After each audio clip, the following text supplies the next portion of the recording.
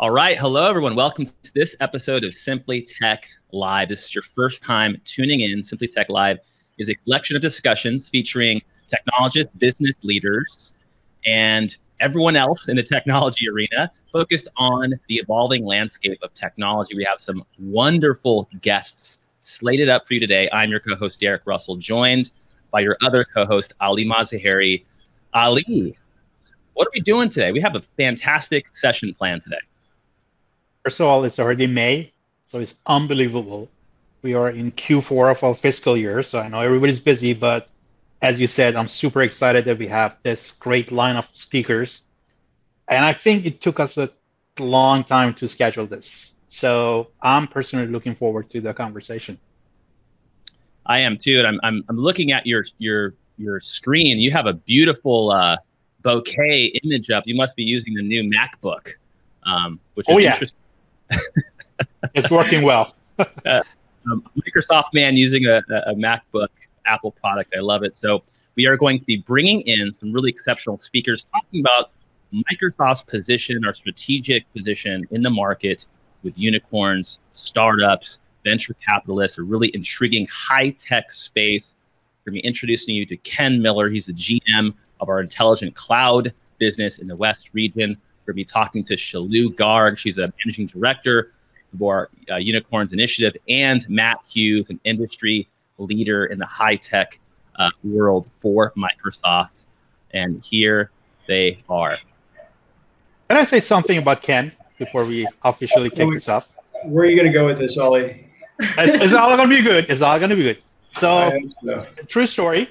I met Ken about 10 years ago, maybe a little bit more. And he came to our office and he was talking about this new thing that Microsoft is going to offer to customers called Azure. So that's where I'm going to stop. Love it. I remember that.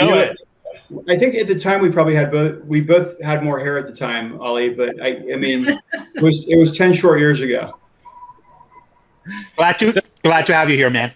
Yeah, no, it's great to be here. I really appreciate all the great work you guys are doing, and it's definitely an honor to be part of your show. I think I speak for Matt and Shaloo as well when I say, I mean, it's an exciting opportunity. We're looking forward to the conversation for sure. Yeah, absolutely. Good stuff. Appreciate you having us. Yeah, so let's kick it off quickly with some introductions. Let's start livening it up. So Ken, can you talk to us a little bit about who you are, what you're doing at Microsoft, and something that's your favorite piece of technology in the house? Sure. No. So just really quickly, Derek, background. I've been at Microsoft now for about 18 years. And like Ollie said, since about 2010, I've been focused on the Azure platform. And it's been, quite a ride. Probably more luck than anything, right? Because the platform has certainly taken off. And it's been a ton of fun. We're making a lot of great progress. In fact, we'll probably get into some of the stats, throughout the show today. But currently, like you said at the onset, run our intelligent cloud business out of the West region, and then also run our high-tech pursuit initiative across the U.S., which Shaloo is a part of. And that initiative really is about focusing on late-stage startups and unicorns across the U.S. We're making tremendous progress. It's a new market for Microsoft, and we're building a business around it. So a lot of fun. My favorite technology around the house is probably Roku. Love the Roku device and use it all the time to stream great content. Go ahead, Matt. Probably similar technology, but I love collaboration and voice AI. So it's kind of nice with the acquisition of Nuance, not yet closed, but for somebody who struggled typing, and I'll get into that a little bit when we do a high-tech overview. But as Ken mentioned in your introduction, I appreciate it. So I lead the U.S. high-tech practice at Microsoft. I've just closed in on 1 year here, and it's been a wild ride. It's been great. Thank you, Ali. And then prior to this, I was over at Adobe for 5 years on the digital marketing, digital media side. A couple startups before that, and then 16 great years at Cisco. And prior to that, it's too long to go back that far. But I'm thrilled to be here. As you mentioned, I lead Microsoft hardware software platforms for the U.S. Shaloo? Thank you, Matt. Shaloo. Sure. Firstly, Ali and Derek, super impressed by the studio that you're running here. Thank you very much for the opportunity. Quick introduction about myself. I've been with Microsoft for about 2 years, deeply rooted in the startup, VC, and private equity space. Super passionate about it. Prior to joining Microsoft, I've spent many years at Oracle in mergers and acquisitions, go-to-market for our hardware business. Then I was also one of the co-founders for the startup business at Oracle. So a lot of good stuff there. To your question, Derek, something that I'm very excited about is just the surge, just the rise of social impact in the last 1 year. I think we all will agree that we are not only facing a global health crisis, but also it's human, economic, and social crisis. And it's just fascinating to see the power of technology that's driving social innovation and social entrepreneurs across the world who have been traditionally very underrated. But then in the last 1 year or so, there's this whole sophisticated impact ecosystem that has emerged to support the work of social innovators who have a rippling effect, not only in our society, community, and economy. Simply Live. This is your first time tuning in. Simply Tech Live is a collection of discussions featuring technologists, business leaders, and everyone else. It's just getting a little echo there. Just shut that off. So, Ken, can you walk us through, I think the teams gave us a really good background of why we're really focused in the arena, but can you just talk us through evolutionarily, your participation in the industry, where high tech is going, and just give us some thoughts around what you've seen in the last couple of years. Yeah, no, for sure. I mean, Derek, it's an interesting question because when you think about where we've been just in the last year, right, with the whole kind of challenge with this global pandemic, right? I mean, the amount of transformation we've seen in the last 12 months has been incredible. And I think that what has stood out for me is that if you would have asked, a CIO, for example, 2 years ago, how fast can you move? How fast can you bring something to the market? How fast can you transform a category or industry? We would have got an answer, it might take a year or 2 or 3 years, but the transformation that we've seen over the last 12 months has been incredible. And it really speaks to how quickly we can move, how quickly we could change pace, right? So I think that that in and of itself is going to carry us into the future, because 5 or 10 years from now, people will look back and say, well, look, during COVID, we had to move immediately, and we did. This is how we transformed, right? So I think from that perspective, it's been a great learning experience. Something else that sticks out for me is that there are so many new born in the cloud native, digital native players coming to market. They're getting incredible valuations. When you think about, the Snowflakes of the world, the Poshmarks of the world, the Instacarts, Databricks, et cetera, massive valuations, right? Especially in the data space. I know you're very familiar with the data space and have some experience there. So I think that, there are so many very small companies that exist today, huge valuations that are flying under the radar because they're not widely known yet, but they've got a massive potential for huge growth over time. Internally at Microsoft, we think about it as kind of this long tail of consumption, meaning that there's early stage adoption and there's massive propensity to grow over time. It's been an incredible experience to see how companies like Uber, for example, have completely transformed the transportation industry. What other companies are doing just to change the way they interact with people. The advent of AI with, Tesla, for example, Elon Musk, the work that's going on there, just incredible stuff across the board. And what about you, Matt? Being with the organization for a year, coming over from Adobe, I still remember meeting you. I think it was at an in-person conference, which just sounds so unreal. Ken introduced me to you. We had a pretty great conversation. Ken, I think that was the first time we went live. I think it was back in 2019. I forgot the event. But Matt, when you look at the industry, what are you excited about? What are the trends, the acquisitions, the opportunities, the things that are just lighting you up? Yeah, I think it falls in line with what Ken said. And when I came over here, candidly, when I joined the company, I wasn't aware of the volume of innovation that Satya has and our partner ecosystem. Just the moves that they've made. I think everything with my background, I'm very focused on kind of what's next in terms of technology. I also am passionate about partnerships, working with our one commercial partner, leveraging the ecosystem to see some of these industry market opportunities.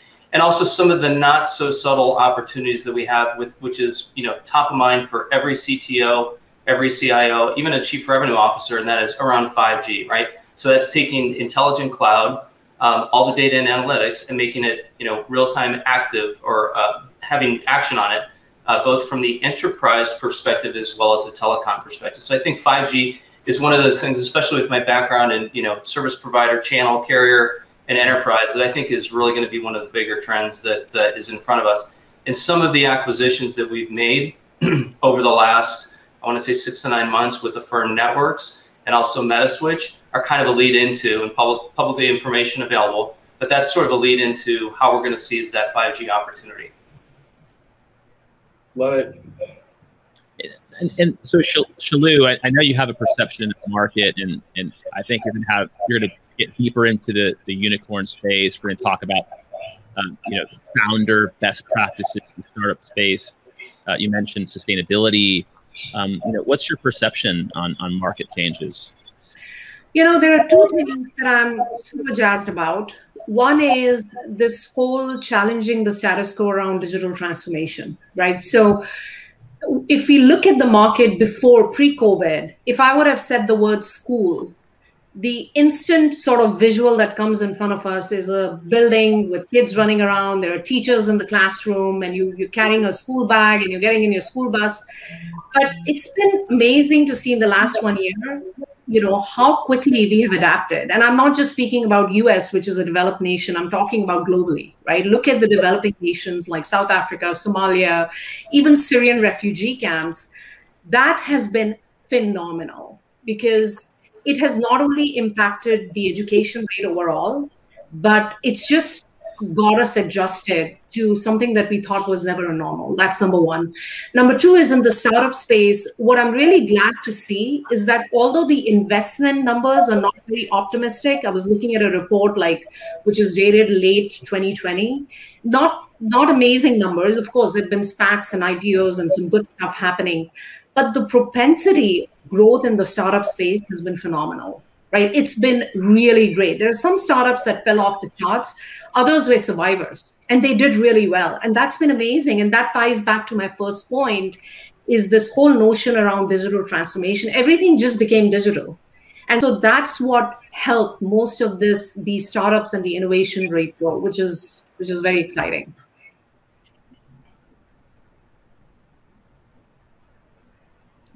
Ali, I think you're muted. Of course, I was muted. So, Ken, you talked about the high-tech industry, and I know that you're working with Matt and Shaloo. Can you tell us, either of you, a little bit about what high-tech means in terms of the business for Microsoft? It's a great question, Ali. And we are actually, Matt and I spend a lot of our days having this very conversation. I don't think that there's a black and white definition, so to speak. I can tell you that, as Matt mentioned earlier, we think about it kind of in these buckets of hardware, software, platforms, right? Where it becomes super challenging, and they're great conversations, right? I mean, we have these all the time, and they're a lot of fun to have. Uber, for example, do you think Uber is automotive or high tech, right? Is Airbnb hospitality or high tech? Right? Is Zillow, real estate, professional services, or high tech? So, you've got these ISVs that are building these platforms essentially.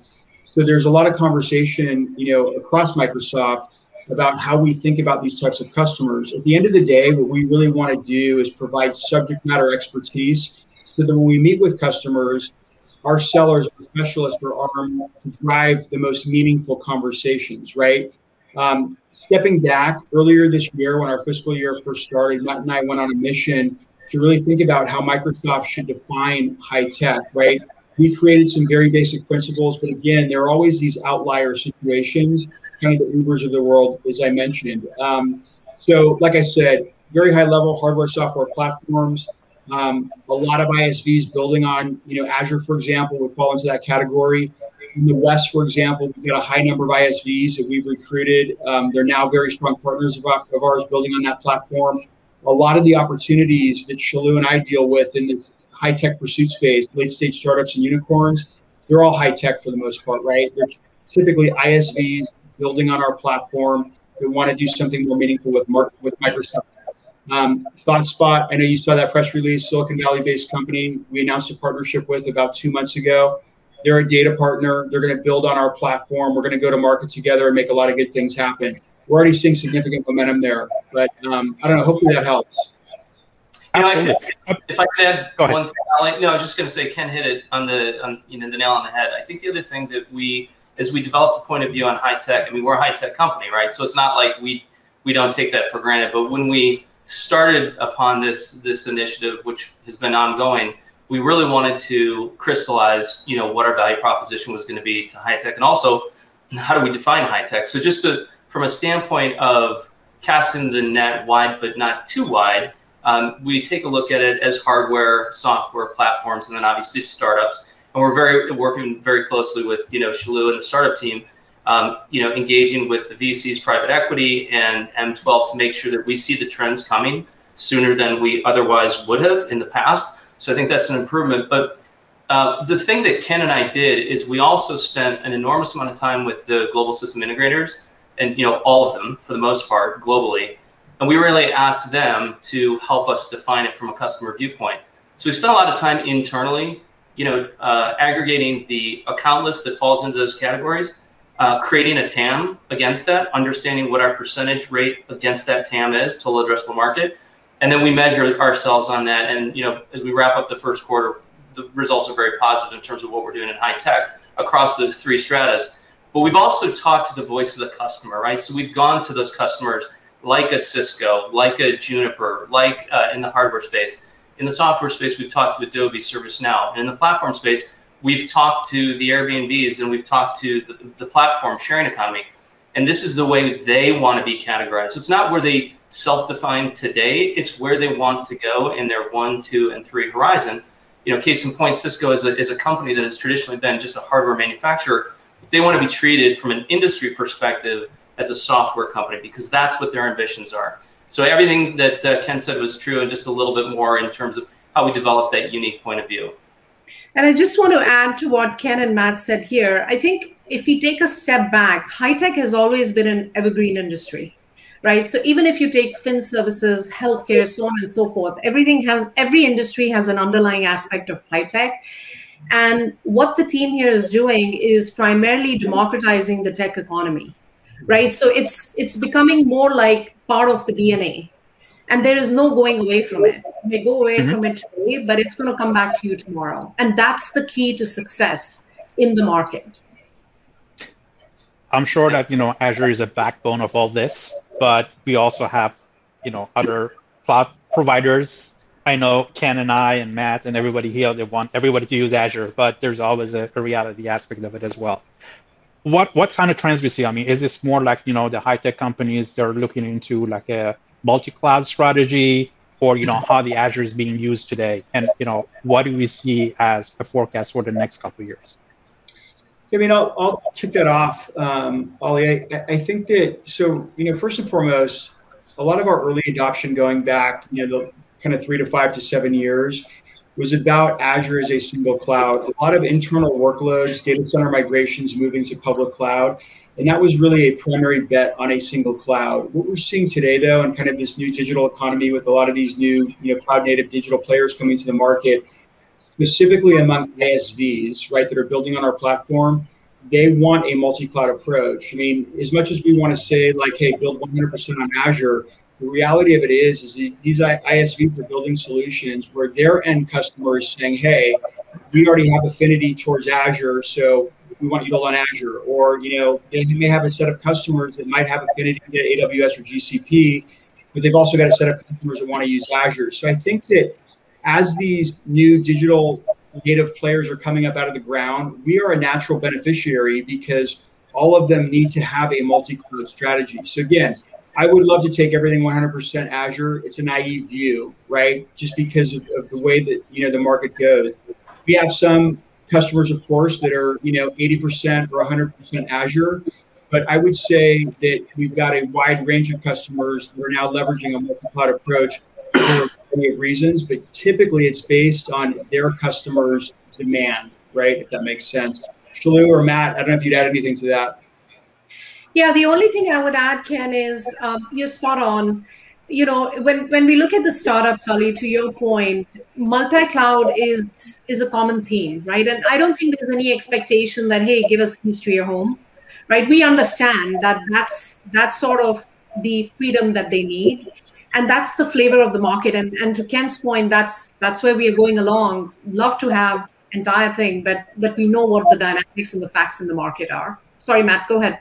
No, I was just going to say the other thing, just from a competitive landscape and a business model perspective, I think what we're doing in terms of being ready at the wheel for the enterprise, and we're having great success there, in addition to the startup efforts. But one of the things in the platform economy that really set itself or anchored itself on B2C is for those platform companies, whether it's a VRBO for your staycation during COVID-19 or whatever you did, whether it was an Uber, rideshare, whatever.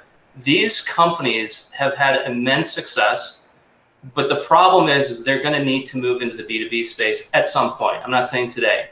And so on the one hand, I think we may have been, a little late in that cloud native initial, as they built that business model for lack of focus, but we're quickly changing that. And we're seeing more and more logos that we're winning over in the B2C space because those B2C models have to grow in the B2B and the enterprise.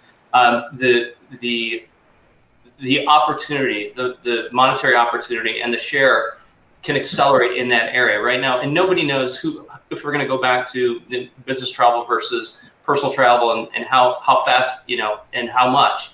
But I think that B2B model for some of these platform economies is really, really important to them for valuation and growth. And I think we're uniquely situated with all the right tools, assets, and value proposition to seize that piece of the market. Yeah, I think that's a great point, Matt. And just one more note on this, Sully. Matt makes a very interesting point in that, Microsoft today is really seen as an agnostic player, right? There are a lot of customers today that, don't want to do business with some of our competitors because of the verticals they sit in or because of past challenges with competition and things of that nature. Whereas we I truly believe, a more agnostic player where there's less risk and differences with Microsoft for a variety of reasons. So again, we're a natural recipient of some of that goodness.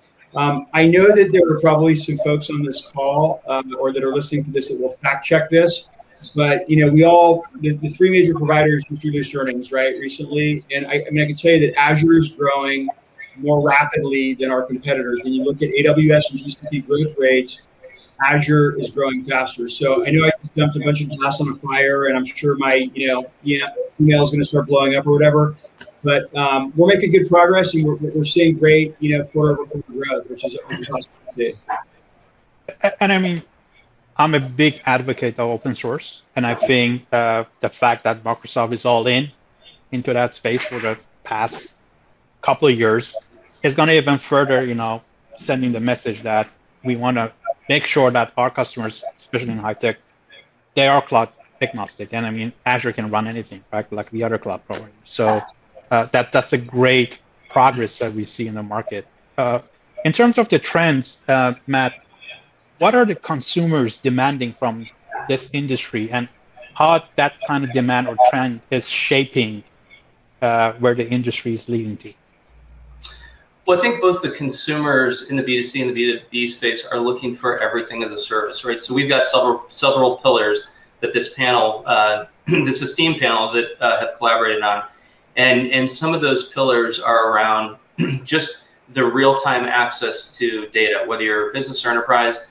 Everybody wants to be serviced and have their customer issue dealt with in near real time. So, right, we're talking about real-time platforms, access to information. The service is almost more important than the product itself.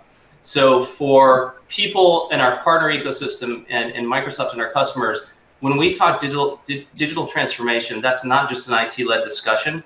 It's all the way across every line of business. And so working, internally and also with our partners around that customer 360. So we know exactly where that individual has been, what she has needed, what she's going to need. And that predictive analytics is really what they're demanding. I mean, just think about, back to your question on the consumer side, like if there's a hiccup, booking a room at Airbnb, and not to, single them out, but like you're gonna ditch it and you'll go back to the hotel, or you'll try a different platform, or you'll drop that listing, right? For a rental, for a 3-day weekend, Memorial Day weekend, whatever. So if that experience isn't dealt with in real time, the customer service is huge, right? And even personally, I've made decisions not to buy something because the chatbot is not populated with the right, from an AI perspective, it's not populated with a broad enough array of questions. And so if it can't answer the question, I'm done. The shopping cart's empty. And I think that's the expectation, not only of consumers, but that's also moving into the business community as well. Great point. Great point. I have a question for Ken. So again, I know that MTCs, for instance, they've been directly involved with your team, especially in Silicon Valley. My peer Christina, she and the team, they've done a tremendous job supporting the demand for the high tech. Nuance was another customer of MTC. But when we talk about the support that Microsoft provided, it's not just a product, it's not just offering or Azure. There's like a huge ecosystem with different teams that they can come and help all these customers that we have in that industry. Can you share a little bit more about what Microsoft is doing, whether it's going to be in the partner space, internally? I know that Matt is part of the CDO team that we are part of it as well. But can you share some insight?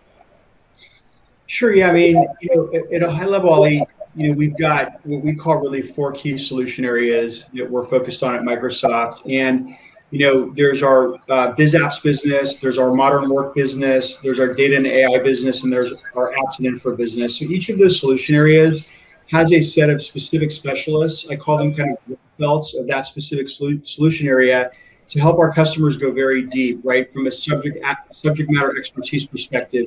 In addition to that, we've got a customer success unit. So for example, in the West region, our customer success unit has over 100 cloud solution architects that wake up every day. They're a free resource, literally, they're not a billable resource, to help our customers migrate their applications, do architecture reviews, things of that nature, to bring their applications to our clouds, all through clouds, right? So outstanding resource there that's essentially free for our customers to leverage so that we can help them drive more success on our platform. You called out the MTC. The MTC has been a phenomenal partner of ours. For the folks that may not be familiar, Microsoft Technology Center, right? So in Silicon Valley, we've got an MTC. We bring in unicorn customers. Shaloo's brought several in, all the way up to large enterprise customers, to do whiteboarding, to do adoption, to help them with migration, to expose them to new and different technologies, to do workshops on Kubernetes, for example. They want to become more familiar with that. We see tremendous tremendous output from those sessions and helping customers adopt our technology in a very successful way, right? So it's to help drive POC, to help drive new use cases, and really to get the most value out of what they're purchasing from Microsoft. So I feel like we surround our customers very well. I think that's one of the key reasons why Microsoft is so well positioned. You can hear about enterprise support, and that's what we're talking about, right? All of these kind of solution areas surrounding this customer to help drive more success on our platforms. I'll take. Do we have any? Sorry, go ahead. I was just going to add one comment on the partner piece. So one of the things that we're very intentionally doing, which we've done in the past, but we're really trying to surgically do a better job of it. When you think about our partner ecosystem, there was a recent article in CRN, which is Channel Reseller News, where Satya talked about the $2 trillion opportunity for our partner ecosystem, right? So I won't bore you with all the details in the article, but I think intentionally, as we close out this year and go into next year, there's a very focused effort to align our one commercial partner organization, which is basically our channels organization for the external audience, to focus them by industry, right? So as we think about that, customer business outcomes and showing up better, we're really aligning the partner ecosystem around that $2 trillion opportunity across all the different assets and value proposition of Microsoft to high tech and other industries. And we're really going to put a focus on making sure that the industry sort of wrapper, right, and value proposition, as there's a lot of talk about industry clouds, which we've announced a couple. And so I think getting our partner ecosystem to get behind that industry focus is going to be critical. And that's something I'm super excited about. Fantastic. Derek, I don't know if you have any question from the folks online, but if not, I guess you have a couple of questions you want to ask the team. Yeah, the timing is great. We're just at the hat. So I think just talking through high-tech trends, things that are happening in and around the Microsoft ecosystem, the multi-cloud ecosystem. Eva Dickerson, she says hello. Thanks for hosting the discussion. Danny Lowenthal's all over this. He's asking if Shaloo can be more vocal about female founders in the industry. What Microsoft is doing differently. I think we'll get to that. Sarah Khan, she says, hi everyone, this is me. Let's connect. So make sure you connect with Sarah Khan. Just some folks that are time. And just before we get into this unicorn kind of discussion in the next kind of piece of our talk, I was reading this article by The Economist. I think it was called like the Big Tech or something like that. It was like very dramatic. The big tech shakeup. Yeah, and it had this graphic, and I'll share the graphic, and it showcased kind of the incumbents in every single specific space, and how those incumbent market shares were kind of declining. So you have like a Netflix and their market share declining just because you have Max and you have Disney's kind of stepping up in the space, and even Disney kind of their market share is just differing because they're streaming services. You have Microsoft entering into this gaming business over, we have this $10 billion gaming business, which is massive. So you have all these companies. Spotify started to take some of Apple's, wallet share from podcasts. How does Microsoft help our customers and our partners realize themselves as incumbents and pull them into different tech spaces? This is kind of a nerdy conversation, but we'll just get some folks' feedback on it. Shaloo, what are your thoughts initially?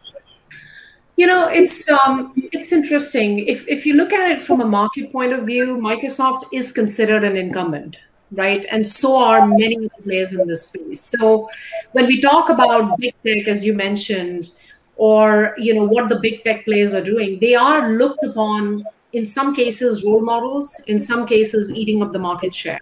So it really depends. I mean, when we talk about partnerships or in the view, what lens do we want to look at when we talk about incumbents or the big tech? Is that a question back to me, Shaloo? Yeah, I would ask you, would from a partnership angle, when we look at incumbents, would that be a compelling value proposition?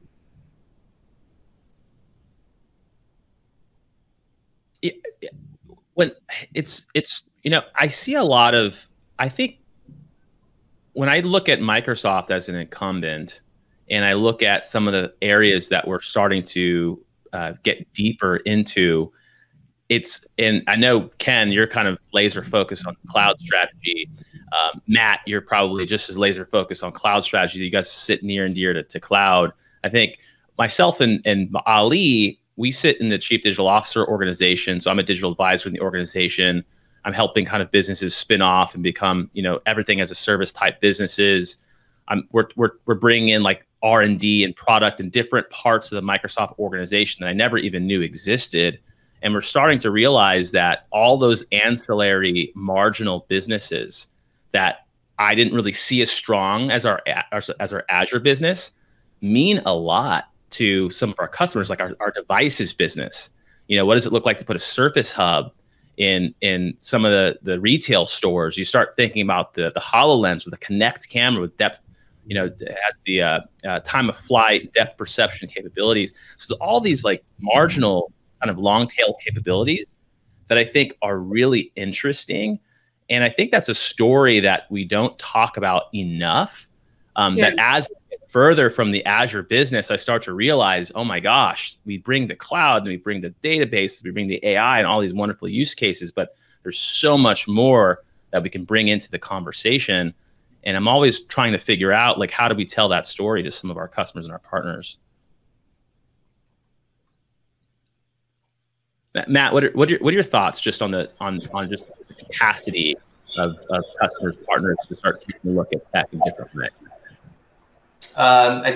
The last bit you put, but so I think as I take a look at adjacent markets to us, where, and I'll go back to the Nuance acquisition, and actually it's great that you mentioned the HoloLens opportunity, because we actually launched the HoloLens as a consumer device, and it didn't really go that well. And then we productized it, we made it industrial, right? So from a product perspective in automotive, and now for the Army, we landed a $22 billion contract about 2 or 3 weeks ago, which is massive, right?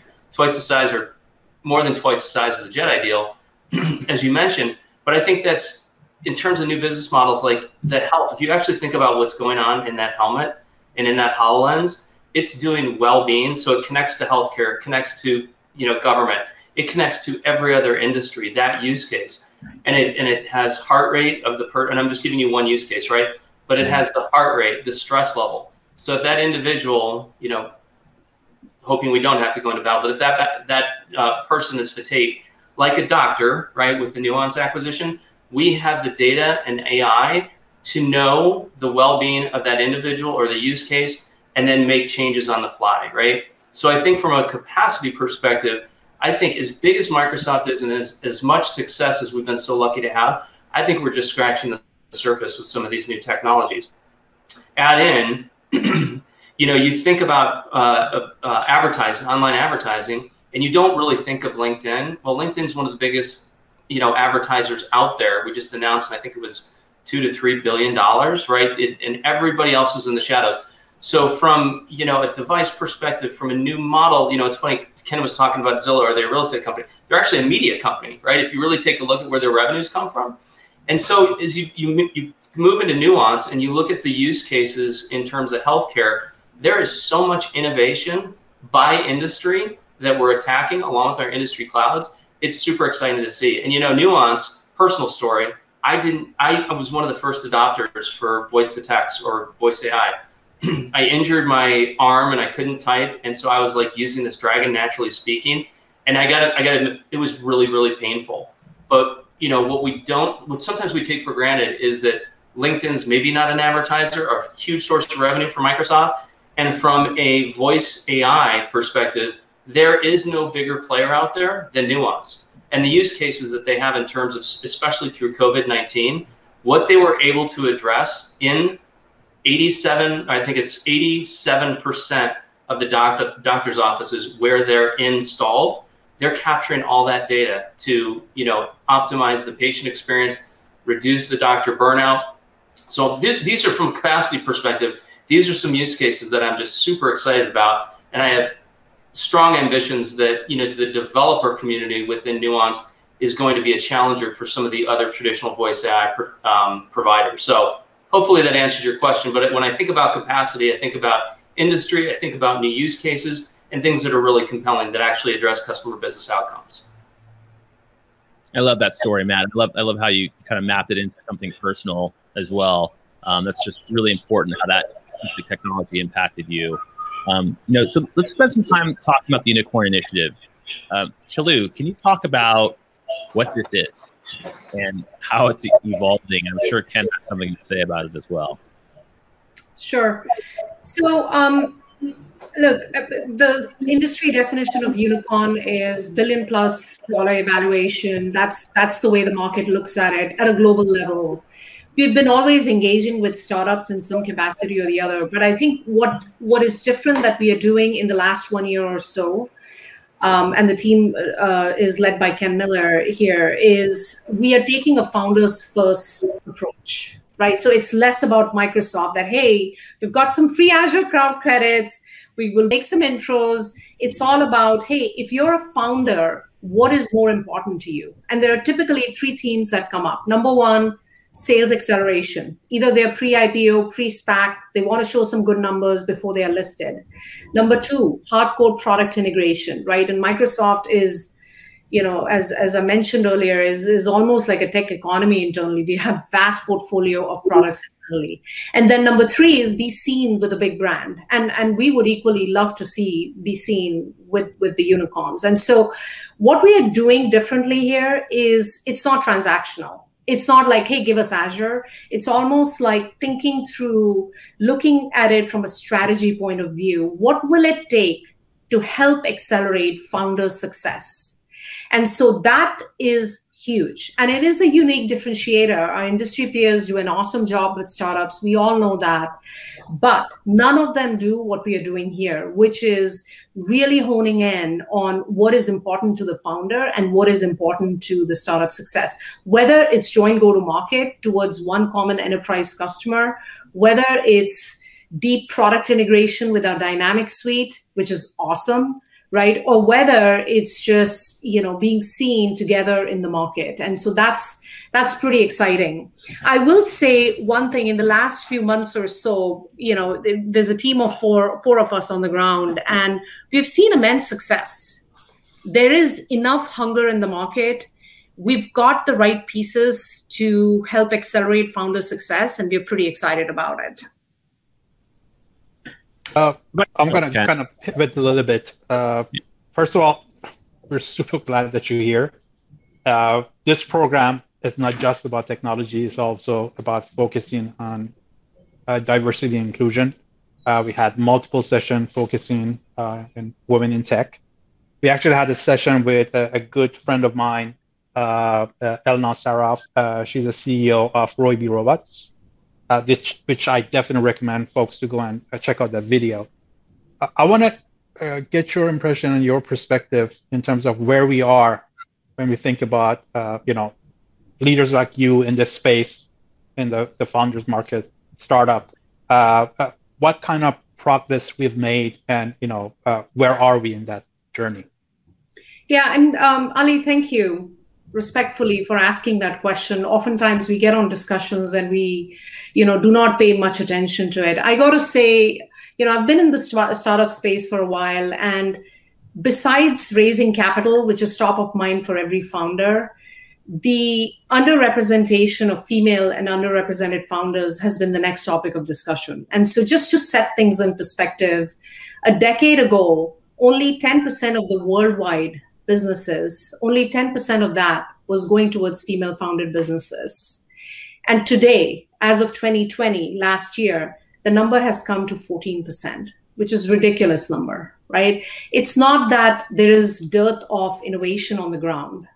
And my point of view is, if the solution is rock solid, it fills a gap in the market, it helps enterprise grow, then does gender really matter, right? Does it really matter if it's founded by a male or a female? And it's a topic of discussion. It's a super heated and passionate topic by many. And, my heart goes out to all the female founders. I personally am still in touch with them, although I've taken up a different role. And there are a lot of early stage founders I talk to. And it's disheartening to hear some of the struggles that they're going through, which is, hey, I went up to an investor and he asked me that, hey, you have a 2-year-old kid. Are you sure you can commit yourself to a startup? And so these kind of questions should not be, it's a systemic issue that exists. Now, the goodness is we are all here in Microsoft, and I'll share a quick story with you. When I joined the company 2 years ago, we were very close to our internal annual review.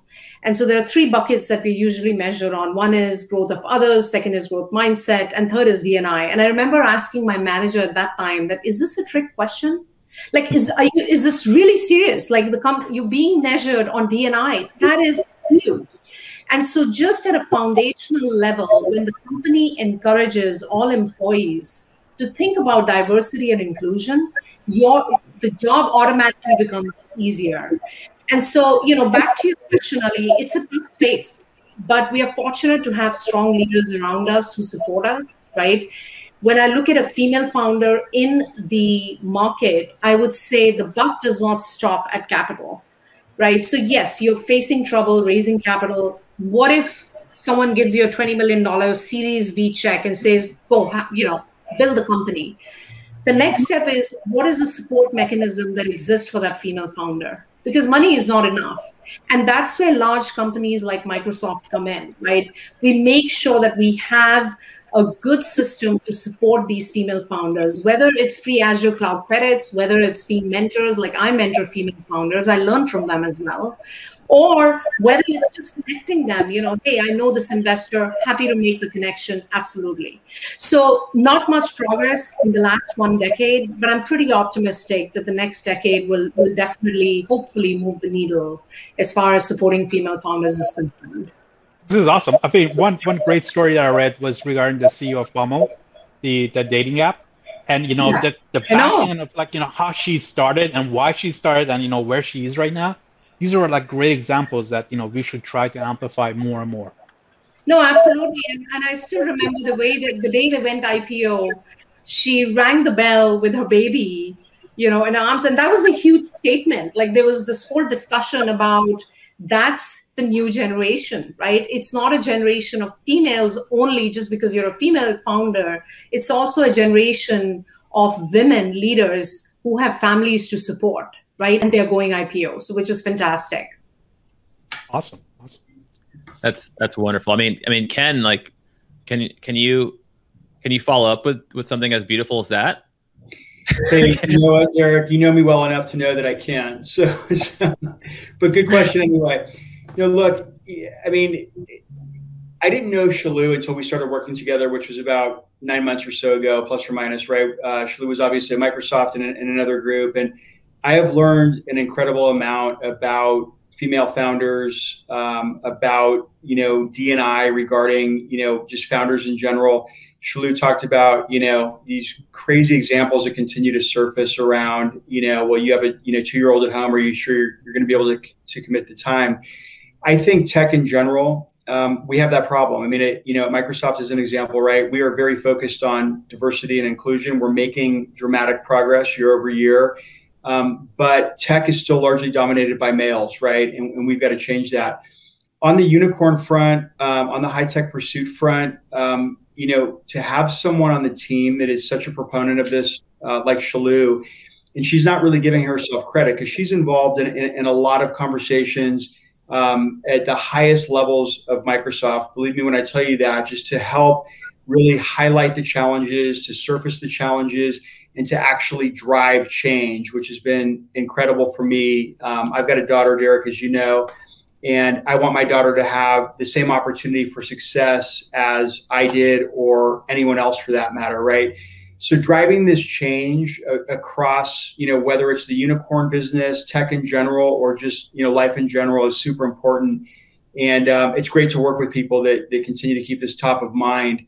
I will tell you that this business that we're running right now is super exciting. And one of the primary reasons that I say that is that historically, Microsoft has not surrounded these types of customers or partners with resources, right? If you're not a Microsoft customer, you're kind of off of our radar. Over the years, I'd always get phone calls like, hey, Ken, there's this new company in Silicon Valley. Could you go talk to them and tell them about Azure? And it's kind of like, well, kind of, but not really. They're not really a Microsoft customer and so on. These digital native cloud players coming up out of the ground are making massive investments, right, in cloud. I mean, you could see it in annual reports and filings, pre-IPO docs and everything else. Huge monetary investments in cloud platforms. We are now set up to go after that business in a very, very productive and efficient manner. Like Shaloo said, she has counterparts. They wake up every day. This is all they think about, right? How do we land the next late stage startup or unicorn on our platform? So we've got literally our best and brightest resources, right, out there every day fighting this fight and evangelizing why Microsoft should be the platform of choice, right? Not just Azure, but all 3 of our clouds. We're making huge progress. Like Shaloo said, we've had a number of wins. We've popped out a variety of press releases on LinkedIn and other social platforms for strategic partnerships that we've closed with these types of players in this space. And this isn't, a situation where we're, throwing Azure credits over the fence. These are meaningful partnerships where customers are making significant commitments to Microsoft over a number of years, right? So, there's absolutely give-get. There's a go-to-market strategy. There's a strong partnership in place. And what I say is that the types of deals that we're closing today will fuel the future growth of Microsoft. I remember, one example, 3 years ago, we were working with this company that no one had ever heard of called Snowflake. Okay. They were doing zero Azure consumption on our platform. And ironically, they compete with a lot of what we do on the Synapse front, right? So it's like, this is kind of weird, right? But again, getting back to that agnostic approach, bringing best of breed solutions to our customers, giving customer choice. Snowflake now, 3 years later, is one of our largest customers on Azure, and we've got a great partnership in place. Since that time, of course, Snowflake did several rounds of funding, the valuation popped, they went public, and they had a very successful IPO. So it just goes to show that making that investment early on, forging that relationship very early, leads to this very long tail of growth that I referenced previously. So super exciting space for sure. So if somebody's watching this program or they watch the recording later on and they have this great idea, how they can reach to Microsoft, what would be the process? Shaloo, do you want to take that just kind of with your background, kind of coming from startups at Microsoft, et cetera? Yeah, no, absolutely. That's a great question, Ali. So, we live in the world of social media. It's always good to reach out, and everyone on the team is super responsive. The other way is investors and private equity firms. We partner with them as well. And then, of course, we have Microsoft for Startups team who we collaborate with very closely. They focus on early stage, but oftentimes we get conversations going via them as well. So yes, if there's anyone out there who wants to work with us, absolutely reach out to us. And just to add to one thing that Ken said, like for us in just the last 1 year, we've seen tremendous amount of progress. And this is not bragging about ourselves. It's actually seeing founders being successful. So our aspiration is to be the trusted partner of a unicorn as any Fortune 1000 company trusts us. Right. And right now, that's our goal. That's what we live and breathe every day, is that how do we win that trust and business of a founder? And of course, credibility as well. And awesome. Shaloo, while you're on the topic, and we're kind of starting to head off the discussion with 7 minutes left to the top of the hour. Any words of wisdom for a female founder that is interested in kind of reaching out and not just Microsoft, just generally, who has a great idea, wants to start a business, wants to start a startup, a future enterprise? Yeah. That's a great question. And I get this question asked quite a bit. And the answer is very simple, which is don't take no sitting down. Right? So if an investor says, gosh, what the heck have you built? Like, it doesn't make any sense, which is literally because from a founder's perspective, it's their baby, right? So if someone is calling your baby ugly, that doesn't mean that the baby is ugly. That baby is still the most beautiful baby for you, right? And so it's very critical to not take no sitting down and not get disheartened. If 10 doors close, there is that 11th door that's going to open. Maybe slowly, will take long. That's super critical. The other thing I would say is, and this is sort of the common rule, not just for female founders, which is fail fast and adapt and build for the future, right? So that is super critical, because oftentimes we're so focused on the industry that we are in as a founder that we say, all right, now, what happens post-COVID? That's the new normal. And some of the innovation that I've seen on the ground has been fabulous when it comes to build for the future. And I would encourage every founder out there to do that.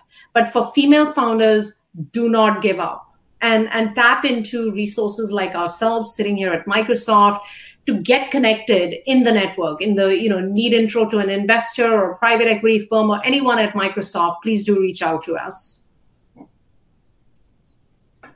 Amazing advice, Shaloo. That's really great that you shared that and you were able to be a part of this discussion. I think I was most excited about getting this time with all of you, just because this is a space that we all want to understand. The world is changing so fast. We're able to have so much more impact with technology. We see what is happening in other countries because of the COVID crisis, especially in APAC, EMEA, et cetera. So, as a technology company, you have this inherent responsibility and availability to empower these other groups and these other folks that are really deserving and needing of it. And it's just amazing to share this space with all of you and to see the work that you're doing. So just wanted to say thank you for the stuff that you guys are doing today.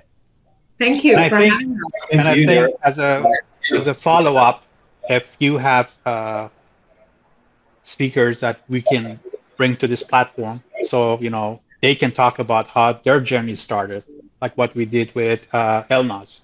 I think that's good to kind of amplify that. If you have a great idea, you can do it, and look at others that they kind of been there in the past, and learn from their mistakes and learn from their experiences, and hopefully we can showcase their products and how Microsoft and this team help them to get to where they are today. That's a great idea, Ali. Yeah, I love it. I mean, there's still so much happening. Like every day, we're on calls with discussing very unique game-changing, transforming completely. I mean, the type of, if you think about like what even Tesla has done over the years, right? Elon Musk. I mean, whether it's in space, in vehicles. I mean, there is just so much transformation happening. And like I said, we're on calls literally every day with customers now, partners that are doing so many unique things. It's super exciting, super energizing, and at the same time, a ton of fun. So it's all good stuff. I want to do another plug for Microsoft Technology Center, not because I'm part of it, but I really wanted to have Christina on this call. Unfortunately, because of some conflicts, she couldn't attend, but she's also a big advocate for this industry. And again, it's great to have her in Silicon Valley, and cannot wait to have everybody going and visiting the center when it's officially open. Yeah, no, that's great, Ali. In fact, if we have 30 seconds more or whatever, Matt Hughes and I run a high-tech community. Christina was a guest on our last call. Matt, do you want to talk about some of what Christina shared? She had some great info. Yeah, so first of all, let me spend just a minute on the high-tech community. So this is something that we built from the ground up, all roles across Microsoft that touch high-tech the way we defined it previously. We assembled this community. It's fairly large. We have a monthly community call. Oftentimes we host external thought leadership, luminaries, startup thought leaders, and a lot of times we just highlight what's going really well internally. As it relates to the MTCs, I mean, I was blown away. The work, Ali, you're doing, and Christina, it's so focused on industry. And we didn't have a community call last week because of spring break conflicts, separate topic. But over the last 2 months, because we missed last, over the last 2 months, there were, hundreds of engagements, right? Well above in the 50 to 60% increase over the normal baseline. And the amount of high-tech traffic that went through there was just amazing. So hats off to you and Christina. I mean, just great work. And, sometimes we think about, well, where does that really fit in? Especially during the pandemic and work from home, these virtual MTCs, I mean, it's so easy to do. The costs are coming down, and the core and the center of each one of these MTCs is really focused around high tech, right? It's the basis of the art of the possible. So she did a great job. We love having those community calls, and right now they're internal. But if you're a partner or a customer that would like to come in and speak to our community, we would be more than happy to consider that. Great to hear. Derek, you ready to get us to the wrap? Yeah. Well, hey, everyone watching, thank you so much for spending the time. If you've been watching this live, or if you're going to watch this on demand, which a ton of folks like to do, thank you for sharing your time with us. And thank you, Ken, Matt, Shaloo, for joining us. This has been a spectacular conversation. Ali and I just really enjoyed doing this. This is the funnest part of our non-job at Microsoft. So we're going to get back to our job here in the next minute or two, but really appreciate everyone for joining. Thank you. Thank you. Thank you very much. Great. Thank you so much. You guys did a great job. Thank you. Thanks, folks. Take care.